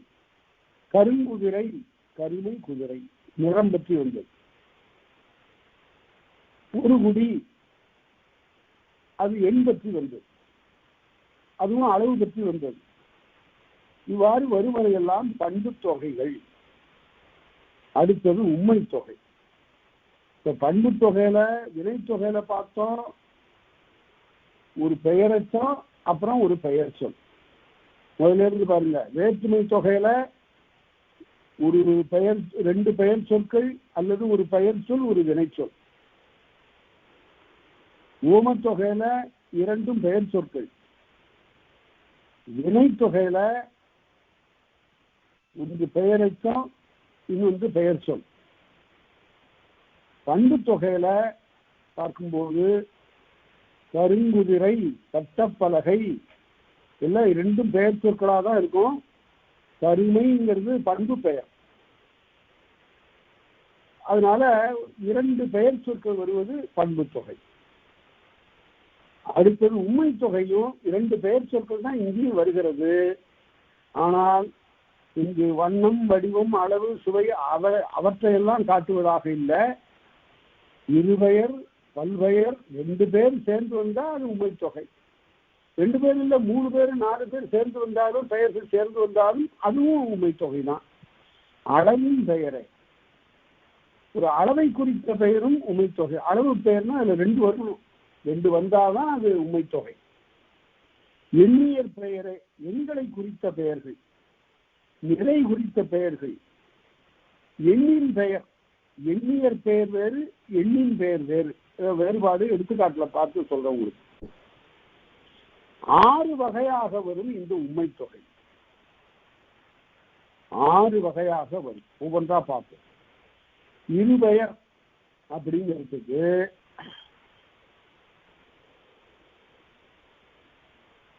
இருபெயர்ங்கிறதுக்கு பாருங்க,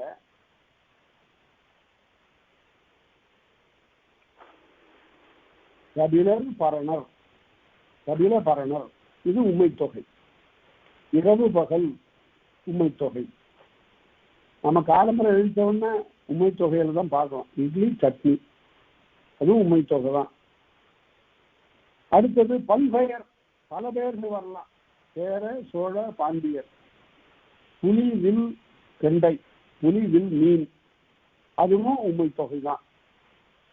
ரெண்டுக்கு மேல வருவது அது பல. அடுத்தது அளவின் பெயர். காலே அரைக்கால், படி போடு. காலே அரைக்கால், காலும் அரைக்காலும் அந்த உண்மை மறைந்திருக்கிறது. கபிலரும் பரணரும் சேரரும் சோழரும் பாண்டியரும் உண்மை மறைந்திருப்பதனால உண்மை தொகை. காலும் அரைக்காலும், அதனால கால்படியும் அரைக்கால் படியும், அதனால அது உண்மை தொகை. அளவு பற்றி வந்த உண்மை தொகை. எண்ணியற் பெயர்ங்கிறது நம்பர். 33 அமர் ஆண்டாளம்மா பாடும்போது பாடுறாங்கல்ல, 33 அமரர் முன்வந்து கப்பம் தவிர்த்த கலியே செய்யலாய் பாடுவாங்க. அதனால 33 என்பது 33, அதாவது 30ம் 3ம் 3வரும் 30 மூவரும் அவ்வாறு வருவது எண்ணியற் பெயர். அடுத்தது நிறை பெயர். நிறை பெயர்ங்கிறது நிற்கிறது, தராசில நிற்கிறது. நிறை பெயர் கிழமை தொடி அறை காட்டுறாங்க. தொடியும் அறையும், தொடிங்கிறது ஒரு அளவு பெயர். அதே போல அறைங்கிறது எல்லாம் நிறுத்தல் பெயர். பொன்னை நிற்கின்ற போது ஒரு தொடி பொன், அரை பொன், தொடி அறை, தொடியும் அறையும். அடுத்தது எண்ணின் பெயர்ங்கிறது 15. இது 10ம் 5ம். இந்த எண்ணியற் பெயர்ங்கிறது 33, 3, 10, 30. அதாவது முதல், 2ஆம், 3ஆம் சொல்லுவது எண்ணியல். 1, 2, 3 என்று சொல்லுவது எண். இந்த எண்ணின் பெயரோடு ஒவ்வொரு கிழவியும் கண்ணிய நிலைத்தே உண்மை தொகை. 15 சொன்னா 10ம் 5ம். அடுத்தது இந்த உவா 14ங்கிறதுல ஒருத்தர் தொலைபேசியில் கூட ஐயம் கேட்டாங்க, இது எப்படி இங்க உண்மை தொகையாகும்? உவான்னா 2ம் உவாதான். பௌர்ணமியும் உவாதான், அமாவாசையும் உவாதான். பௌர்ணமிக்கு பேர் வெள்ளுவா, வெள்ளை உவா. அமாவாசைக்கு பேர் காருவா, கருத்த உவா. 14ங்கிறது தான் இங்க உண்மை தொகை. 10ம் 4. 14 என்பது எண் பற்றி வந்தது, எண் பற்றி வந்த உண்மை தொகை. அடுத்தது அன்மொழி தொகை. இது ரொம்ப இன்றியமையாதது. எல்லாமே இந்த இதுவரையில் பார்த்த தொகைகள் எல்லாம் அந்த 2 சொற்களுக்குள் அல்லது 3 சொற்களுக்குள் அடங்கும் பொருள். ஆனால் அன்மொழி தொகை அந்த சொற்களை கடந்து அப்பால் போகும். அதுதான் அன்மொழி தொகை. அன்மொழி தொகை என்பதற்கு என்ன பொருள் என்றால், அன்ங்கிறது எதிர்மறை சொல், அல்லாத மொழின்னு பொருள். தொக்க சொல் அல்லாத மொழி. இதுல தொகை முதல்ல தொகையே இல்லை. அதுல தொகைக்கு அந்தாண்ட போறதுனால அதுக்கு பேரு அன்மொழி தொகை. எப்படி எடுத்துக்காட்டால், வேற்றுமை பொருளை நிலையாக கொண்டு வருவது ஒரு அன்மொழி தொகை. அதே போல பண்பு தொகையை நிலையாக கொண்டு வருவது ஒரு அன்மொழி தொகை. இப்படி 5 தொகைகளையும் அடையாக கொண்டு அதற்கு மேலே வருவது அன்மொழி தொகை. பண்பு தொகை வருவும் கிளவியானும் அப்படின்னு நன்னூலார் கருத்து. தொல்காப்பியர் என்ன சொல்றாரு? பண்பு தொகை வருவும் கிளவியானும், பண்பு தொகை நிலைக்களத்து பிறந்த அன்மொழி தொகை. உண்மை தொக்க பெயர்வையினானும், உண்மை தொகை நிலைக்களத்து பிறந்த அன்மொழி தொகை. வேற்றுமை தொக்க பெயர்வையினானும், வேற்றுமை தொகை புறத்து பிறந்த அன்மொழி தொகை என்று இவைகளெல்லாம் இந்த 3ம் அன்மொழி தொகையாகவும் காட்டினார். பண்பு தொகை, உண்மை தொகை, வேற்றுமை தொகைகளின் பெயர்க்கண் வரும் தொகை அன்மொழி தொகை என்று சொல்லப்படும். இப்ப எடுத்துக்காட்டு பார்ப்போம். இந்த வேற்றுமை தொகையை பார்ப்போம். வேற்றுமை தொகை புறத்து பிறந்த அன்மொழி தொகை. பூங்குழல் அப்படின்னு மட்டும் சொன்னால் அது எப்படி சொல்றது? பூவை உடைய குழல். இலக்கணம் சொன்னீங்கன்னா 2ஆம் வேற்றுமை உருவும் பயிரும் உடன் தொக்க தொகை. பூங்குழல்ங்கிறது எதை குறிக்கும் என்றால் கூந்தலைத்தான் குறிக்கும். பூ வைத்த கூந்தலைத்தான் குறிக்கும். பூங்குழல் நன்று என்று சொல்லுகிற போது பூங்குழல்ங்கிறது உருவும் பயனும் 2ஆம் வேற்றுமை உருவும் பயனும் உடன் தொக்க தொகை தான். ஆனால் பூங்குழல் வந்தாள்னு சொன்னா வேற்றுமை தொகை புறத்து பிறந்த அன்மொழி தொகை. இந்த இடத்துல குடலை குறிக்காமல் குடலை உடைய ஒரு பெண்ணை குறித்தது. பூங்குடலை பூவை உடைய குடலை உடையவள் வந்தாள் அப்படின்னு சொல்லும். அதனால இந்த இடத்துல அது வேற்றுமை தொகை புறத்து பிறந்த அன்மொழி தொகை. பொற்றொடி வந்தாள், உன்னாலாகிய தொடியினை உடையாள் வந்தாள். மூன்றாம் வேற்றுமை உருவும் பயனும் உடன்தொக்க தொகை புறத்து பிறந்த அன்மொழி தொகை. கவி இலக்கணம் செய்தான் அப்படின்னா கவிக்கு இலக்கணமாக இருக்கக்கூடிய நூலை செய்தான். அவ்வாறு வருவதெல்லாம் அன்மொழி தொகைகள் என்று சொல்லப்படும். அதனால இந்த 5 தொகைகளுக்கும் புறத்தே போய் பொருந்துவது. இதுல 3 சொல்றாரு, நன்னூலார் 5 சொல்லியிருக்கிறார். அப்ப தாழ்குழல் வந்தாள் அப்படின்னா தாழ்ந்த தாழ்கின்ற தாழ்நிலை தொகை புறத்து பிறந்த அன்மொழி தொகை. கருங்குழல் வந்தாள் அப்படின்னா கருமை குழல் பண்பு தொகை புறத்து பிறந்த அன்மொழி தொகை. துடியிடை என்று துடியிடை வந்தாள் என்று சொன்னா ஓமத்தொகை புறத்து பிறந்த அன்மொழி தொகை. சகர ஞாழல், சகரம்ங்கிறது ஒரு மலர், ஞாழல்ங்கிறது ஒரு மலர். சகர ஞாழல் வந்தாள், சகர ஞாழல் மணக்கின்ற மார்பு, சகர ஞாழல் மார்பு என்றெல்லாம் வந்தா சகரமும் ஞாழலும் ஆகிய சான்று கலந்தவனை மார்பில் அணிந்தவள் வந்தாள். அதனால அது உண்மை தொகை. இப்ப ரொம்ப எடுத்துக்காட்டு பாருங்க, அந்த வெள்ளப்புடவகாரி வந்தா அப்படின்னு நம்ம தெளிவா சொல்லிட்டோம். ஆனா அப்படி சொல்லாம வெள்ளப்புடவக்காரின்னு சொல்லாம வெள்ளப்புடவை வந்தா அப்படின்னா வெள்ளை புடவையை உடுத்தவள் வந்தாள். இது பண்பு தொகை புறத்து பிறந்த அன்மொழி தொகை. உண்மை தொகைக்கு நல்ல எடுத்துக்காட்டு வந்தா சொறி சிறங்கு வந்தான்னா சொரியும் சிறங்கும், அது உண்மை தொகை புறத்து பிறந்த அன்மொழி தொகை. மலைத்தோல் நின்றான் அப்படின்னு சொல்லுகிற போது மலையை ஒத்த தோல், மலையை போன்ற தோல், அது ஓமத்தொகை புறத்து பிறந்த அன்மொழி தொகை. கிளிப்பேச்சு சொல்லுகிறாள் அப்படின்னா கிளியை போன்று பேச்சை உடையவள் சொல்லுகிறாள், அது ஓமத்தொகை புறத்து பிறந்த அன்மொழி தொகை. இவ்வாறு 5 தொகைகள் மேலாக தொக்கு நிற்பது அன்மொழி தொகை என்று ஆகும். இவையெல்லாம் விரிந்த நிலையில் தான் உணரப்படும். தொக்க நிலையில் இவை உணரப்படுவதில்லை. இவை விரித்து பேசப்படுகிற நிலையிலேயே உணரப்படும். ஒவ்வொரு தொகைக்கும் மேலாக தொக்க நிலையை விரித்து சொல்ல வேண்டும். வெள்ளை புடவை அப்படின்னு சொன்னா அது பண்பு தொகை தான். அதுக்கு மேல ஒரு வினைமுற்று வேணும். அந்த இடத்தில் தான் நன்னூலுக்கு உரை எழுதிய ஆறுமுக நாவலர் சரியாக இந்த எடுத்துக்காட்டுகளை தரல. அவர் என்ன பண்ணிட்டாரு, பூங்குழல் என்பது அன்மொழி தொகையினார். அது எப்படி பூங்குழல் அன்மொழி தொகை ஆகும்? பூவை உடைய குழல் வேற்றுமை தொகை தான். பூங்குழல் வந்தாள் என்று ஒரு வினைமுற்றை போய் பொருந்தினால்தான் தாழ்குழல்ங்கிறது அன்மொழி தொகைங்கிறாரு.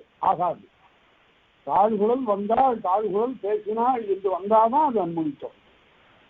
அவ்வாறு அதற்கு பின்னாலும் போய் தொகக்கூடிய அளவில் ஒரு சொல் வேண்டும். அது விரிந்த நிலையிலே உணரப்படும் என்று சேனாவரையர் எழுதியிருக்கிறார். அது வரையில அதை பார்த்தோம்.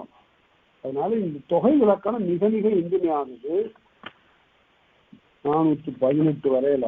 அடுத்தது 419வது குறிப்பா பார்க்கணும்.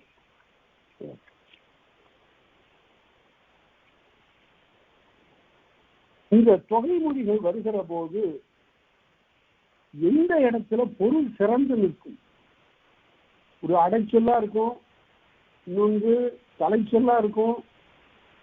இதுல எந்த இடத்தில் பொருள் சிறப்பாக நிற்கும்? பொருள் சிறக்கும் இடம் எது? அது முன்மொழியில இருக்கலாம், பின்மொழியில இருக்கலாம், 2 மொழி மேலேயும் இருக்கலாம், 2 மொழியிலும் அல்லாமல் அப்பால் வேறு ஒரு மொழியிலும் இருக்கலாம். அதுதான் அதுதான் அன்மொழி. ஆக 4 வகையாக பொருள் சிறக்கக்கூடிய சொல் நிற்கக்கூடிய நிலை உண்டு. அப்படின்னா வேங்கை பூ அப்படின்னு சொல்லிக்கிற போது இங்கு எது இன்றியமையாதது? பூ தான் நமக்கு. வேங்கை பூ என்றால் வேங்கை மரத்தினது பூ. இந்த இடத்தில் முன்மொழியால் சிறந்தது, பூ என்ற முன்மொழியால் சிறந்தது. அடைகடல், அடைனா கரைன்னு பொருள், கடற்கரை. அடைகடல்னா இந்த இடத்துல கடற்கரை தான் நமக்கு வேண்டும், அதனால தின்மொழியால் சிறந்தது. உவா 14 என்று சொன்னா 10 வேண்டும் 4 வேண்டும், இருமொழியால் சிறந்தது. வெள்ளாடை வந்தாள் என்று சொல்லுகிற போது வெள்ளாடையை உடுத்தவள் என்று பின்னாலும் சொல்வதனால அன்மொழி மேல் நின்றது. இவ்வாறு 4 வகையாக முன்மொழியால் சிறப்பது, பின்மொழியால் சிறப்பது, இருமொழியாலும் சிறப்பது, அன்மொழியால் அமைவது என்று 4 வகையாக பொருள் சிறக்கும் இடம் பேசப்படும். எல்லா தொகையும் ஒரு சொல் நடைய 6 வகையான தொகை சொல்லும் மேலே சொல்லப்பட்ட 6 வகையான தொகை மொழிகளும் ஒரு சொல் நடை. வேற்றுமை தொகை, இணைத்தொகை, ஊமத்தொகை, உண்மைத்தொகை, பண்பு தொகை ஆகிய எல்லாமே எப்படி வரும் என்றால் ஒரு சொல் நடைய. இல்லை 2 சொல் இருக்குன்னு பார்க்கக்கூடாது, அது 2 சேர்ந்து வந்தாதான பொருள். யானை கோடு என்று சொல்வது ஒரு சொல் நீர்மைத்துன்னு எழுதுவாங்க. ஒரு சொல்லினுடைய பண்பை பெற்றிருப்பது. கொல் யானைங்கிறத தனித்தனியா பிரித்து பார்க்க கூடாது. கொல் யானை 2 வெவ்வேறு பொருளா போடும். கொல் யானை என்பது கொல்லக்கூடிய யானை. அதே போல நிலங்கடம்தான், இன்பத்திருந்தான் எல்லாம் ஒரு சொல் நீர்மை. இவையெல்லாம் 2 சொற்களாக இருந்து சேர்ந்து விட்டன. இவற்றை சேர்த்துத்தான் பொருள் காண வேண்டும்.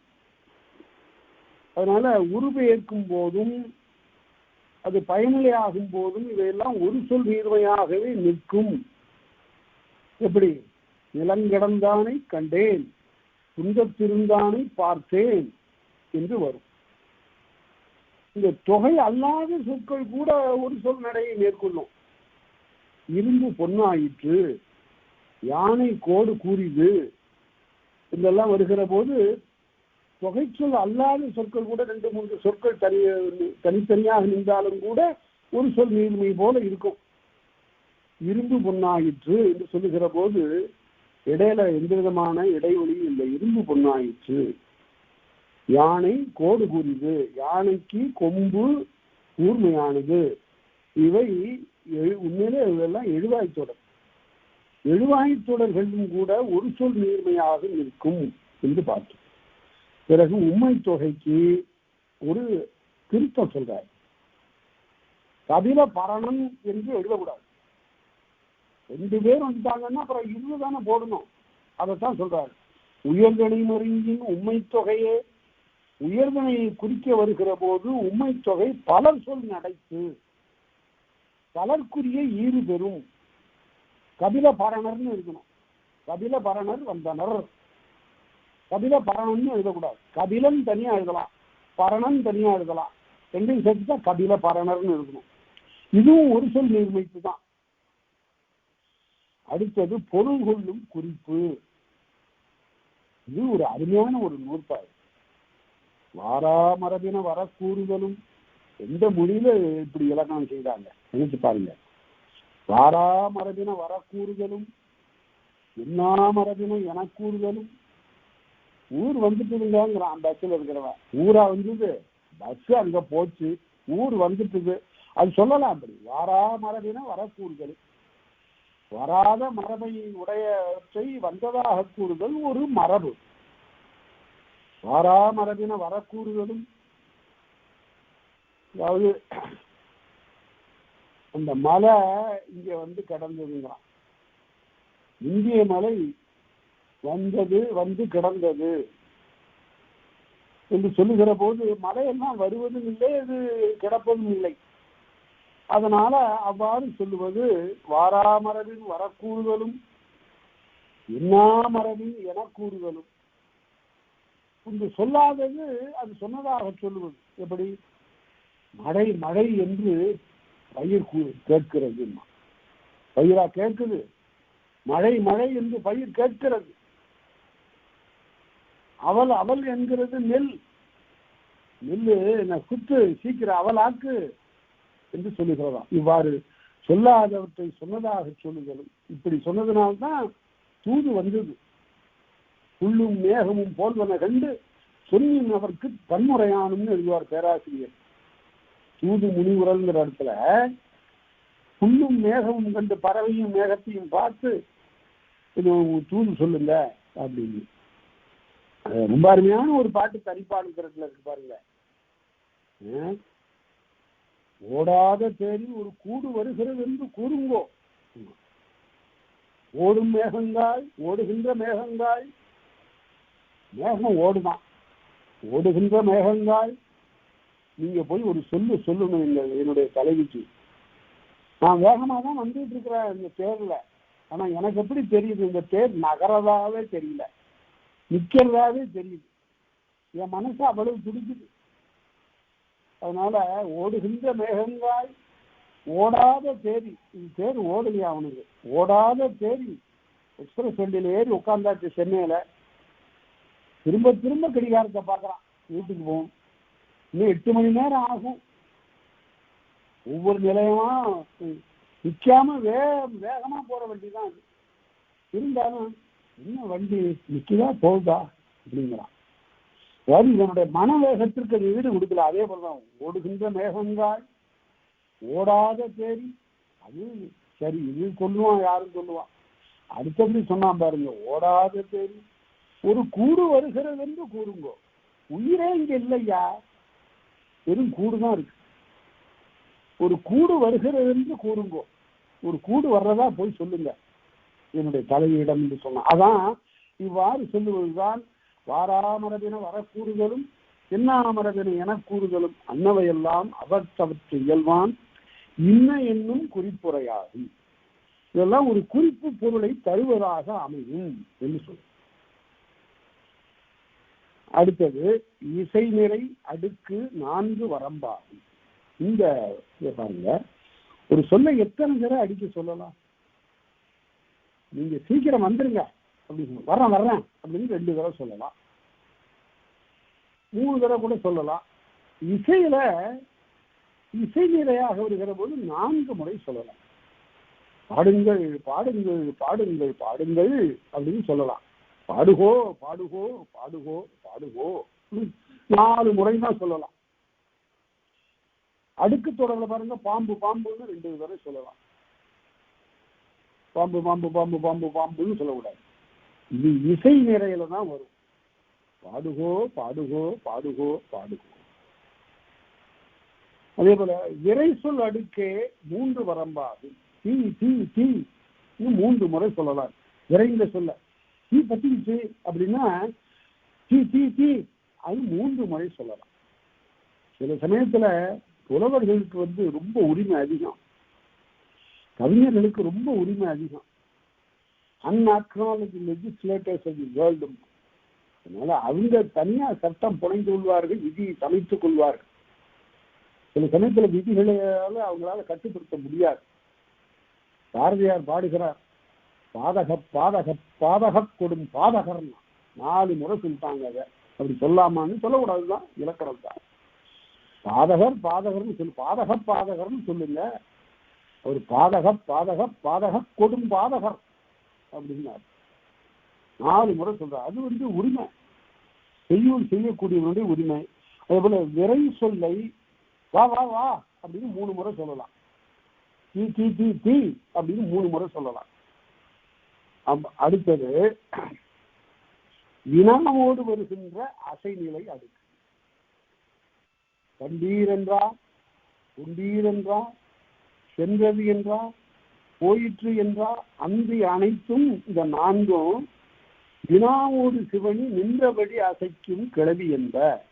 கண்டீர் கொண்டீர் சென்றது, போயிற்று என்ற சொற்கள் எல்லாம், இந்த வினை சொற்கள் எல்லாம் என்னாகும்?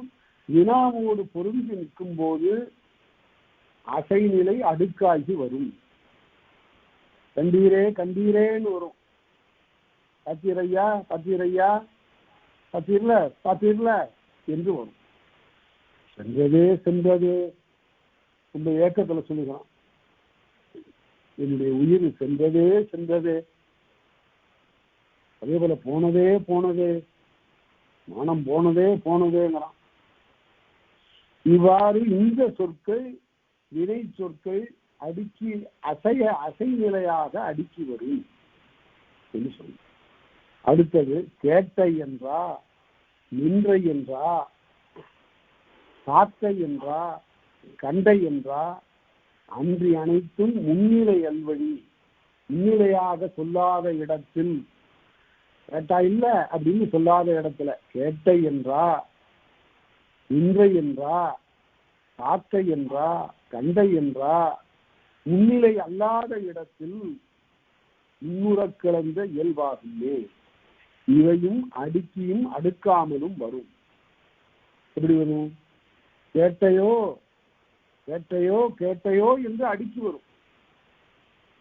நின்றையோ நின்றையோ, கேட்டையோ கேட்டையோ கண்டனர், நின்றையோ நின்றையோ இறந்தது என்று இவ்வாறு இவை அடுக்கியும் வரும், அடுக்காமல் தனியாகவும் வரும்.